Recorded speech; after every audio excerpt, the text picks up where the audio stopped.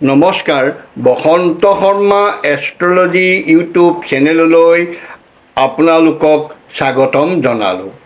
আজি মই আপোনালোকক অক্ষয়া তিথি মানে কি আৰু ইয়াৰ ফলাফল জনাবলৈ বিচাৰিছোঁ। মানুহৰ জীৱনত নানান কৰ্মৰ মাজেৰে জীয়াই থাকিব লাগিব। ভাল বেয়া কৰ্মৰ সমাহাৰ।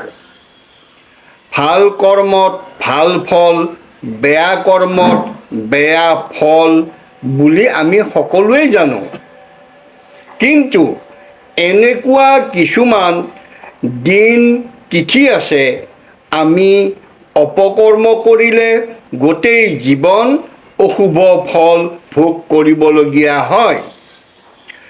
আহকচোন আমি জানো অক্ষয়া তিথি মানে কি।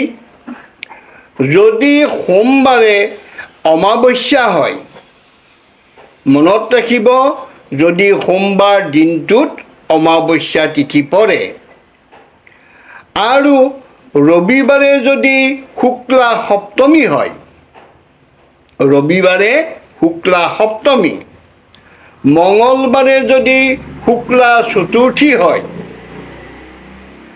আৰু বৃহস্পতিবাৰে যদি শুক্লা অষ্টমী হয়, তেনেহ'লে জানিব সেই তিথিক অক্ষয়া তিথি বোলে। আৰু ইয়াৰ ফলাফল জানক। এই অক্ষয়া তিথিত যদি আপুনি পুণ্য কৰ্ম কৰে, তেনেহ'লে গোটেই জীৱন আপুনি মনে বিচৰা ফল লাভ কৰিব।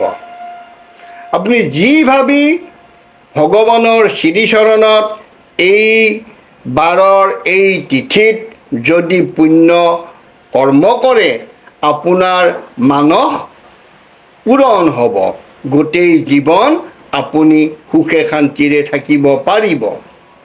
যদি এই দিনত এই তিথিত আপুনি যদি পাপ কৰ্ম কৰে, তেনেহ'লে নৰকত যোৱাটো নিশ্চিত।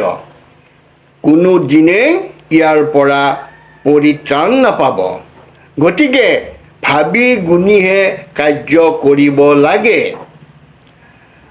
যদি ভিডিঅ'টো চাই ভাল পালে লাইক কৰিব, কমেণ্ট কৰিব, শ্বেয়াৰ কৰিব। সকলোৱে কুশলে থাকক। ধন্যবাদ।